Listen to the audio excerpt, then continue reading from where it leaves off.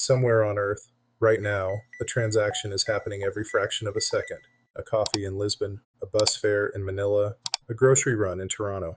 None of these people know each other. None of them think twice. But almost all of them are quietly routed through the same two invisible gatekeepers. Not banks, not governments. Two American companies most people couldn't even name the headquarters of, sitting in the middle of nearly every card swipe on the planet. This is the story of what happens when the plumbing of money stops being plumbing and becomes power. And to understand it, this episode asks a simple, unsettling question. What if there wasn't two of them? What if there was only one? Let's find out. Chapter 1. The Invisible Toll Booth. Most people believe their bank moves their money. It doesn't. When a card is swiped, tapped, or entered online, the transaction rarely goes directly from buyer to seller. It goes through a network, a rail system that authorizes, clears, and settles the payment behind the scenes. Invisible to everyone, except the fraction of a cent it quietly collects along the way.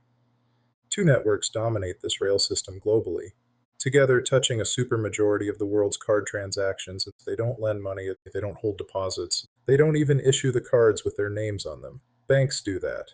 What they own is something subtler and more durable than money itself. The roads money travels on. This is the part almost nobody sees. A retailer selling a $2 item pays a small percentage plus a flat fee just to accept a card. Multiply that by billions of transactions a day across nearly 200 countries, and the toll booth becomes one of the most efficient profit machines ever built.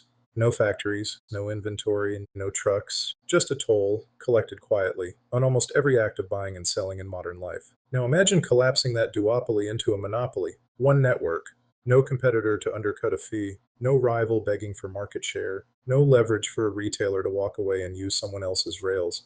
In economics, this is the textbook definition of pricing power. And pricing power without a rival is pricing power without a ceiling.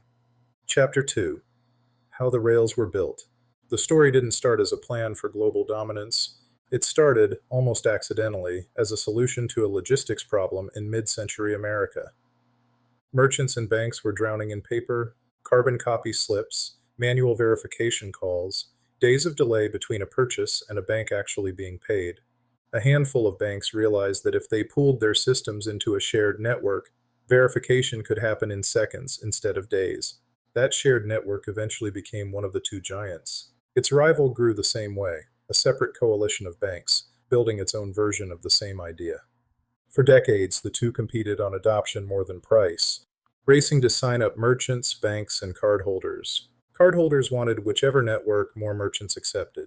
Merchants wanted whichever network more cardholders carried. This is a classic two-sided network effect, and it created something extremely rare in business. A moat that gets deeper every single day it exists, with no extra effort required.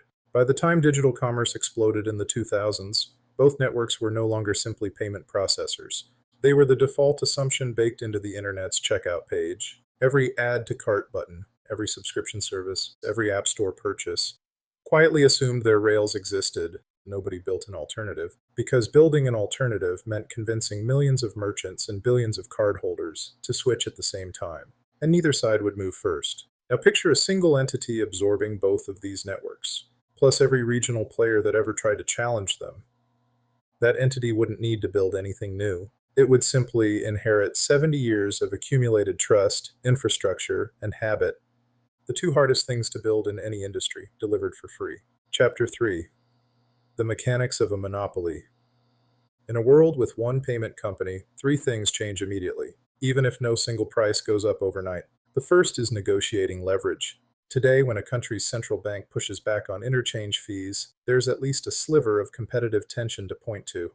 Remove the rivals and that tension disappears. Fee negotiations stop being negotiations and start being announcements. The second is systemic fragility. Redundancy is what keeps modern infrastructure resilient. Right now, if one network suffers an outage, transactions can often still clear through the other. A single monopoly network means a single point of failure for the entire global economy's day-to-day cash flow. A software bug, a cyber attack, or even a routine server migration gone wrong wouldn't just inconvenience one company's customers. It could freeze commerce in dozens of countries simultaneously. The way a single blocked canal can strand hundreds of ships that had nothing to do with the accident itself. The third and most consequential one is geopolitical. Payment networks already function as instruments of foreign policy.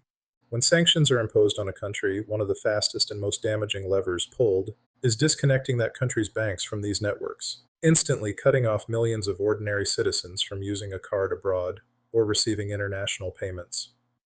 With two networks, a sanctioned nation still has the faint possibility of a workaround. With one, disconnection becomes total and immediate. The line between a commercial company and a tool of statecraft would effectively disappear. Three changes, one company absorbing all of them. Warning signs would flash briefly, then fade into calm. The scale would tip entirely to one side. A single thread would hold up the entire weight of global commerce, fraying slightly at the edges, attached directly to one giant card, ticking constantly with fragility. Storm clouds would gather, and the card would remain standing, unaffected, its power unchecked. Chapter 4. Who would actually hold the power? It's tempting to imagine a monopoly like this being run by a single dramatic villain. The more accurate and more unsettling picture is a company answering primarily to shareholders, quarter over quarter, in an environment with no competitor to discipline its decisions. Every business, even a well intentioned one, responds to incentives. Remove competitive pressure, and the incentive to keep fees low, invest in reliability, or treat smaller merchants fairly weakens considerably. There would be no market mechanism forcing better behavior, only regulation. And regulation historically lags years behind the industries it tries to govern. Antitrust law was largely built to catch companies that control physical assets. Railroads, oil pipelines, telephone lines. A monopoly built on invisible digital rails is far harder to legally define, harder to break apart, and good because payments touch every other business, far more dangerous to disrupt once it exists. There's also a quieter form of power that would follow naturally, data. A single network, processing every transaction on Earth, would have a real-time view of global economic activity, unlike anything a government intelligence agency or a central bank has ever possessed. Every purchase, subscription, refund, and cross-border transfer aggregated in one place. That data is valuable for something as mundane as fraud detection, and equally valuable for something far more consequential, predicting consumer behavior, corporate performance, or even political unrest, months before public statistics catch up. The newspaper always arrives after the fact. Not a king, just structure, an incentive feeding itself, quietly growing quarter after quarter. The rival's chair sits empty, gathering dust, data, incentives, and no one left to compete with. This is who actually holds the power. Chapter 5. The Fragile Alternative. If this scenario sounds far-fetched, it's worth noting how close the real world already sits to it.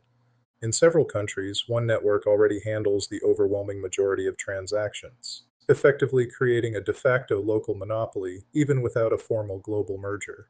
Small businesses in those markets describe interchange fees as their second or third largest operating cost, right behind rent and payroll, a toll they have functionally no power to negotiate. The counterforces that exist today are real, but modest. Real-time domestic payment systems, often built or backed by central banks, have emerged in a handful of countries, specifically to bypass card networks altogether. Cryptocurrency and stablecoin rails have been pitched as a decentralized alternative, though adoption for everyday retail purchases remains limited. Some large economies have deliberately built and protected their own domestic card networks, precisely to avoid dependence on any single foreign-controlled system. Each of these is a hedge against exactly the monopoly scenario this episode describes. Evidence that governments and institutions already recognize the risk, even if the public rarely thinks about it. But hedges only work if they're maintained, invested in, and kept genuinely competitive. The moment a rival network becomes a formality rather than a real alternative, accepted nowhere that matters, chosen by no one who has a choice, the hedge collapses, and quietly the world slides back toward a single point of dependency. No fences left standing, just one network. Chapter 6. What a single network future would actually look like. Extend the thought experiment forward.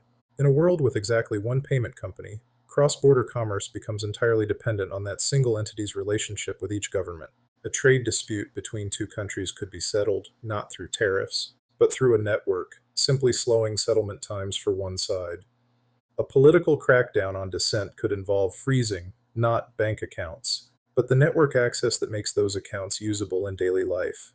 Small businesses in developing economies, already paying disproportionately high fees relative to their margins, would have no fallback network to threaten switching to, removing the last sliver of leverage they currently hold.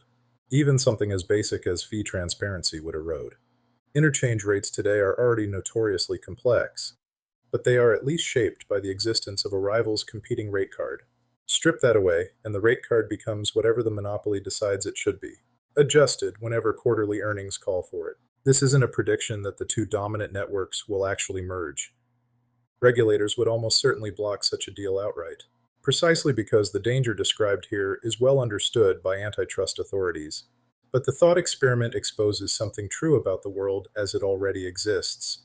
An enormous share of daily human commerce runs through infrastructure controlled by remarkably few hands, governed more by market dominance than by democratic oversight.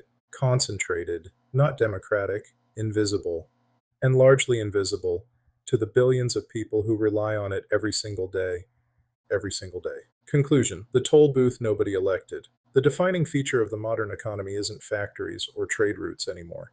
It's the invisible rails that let money move at all.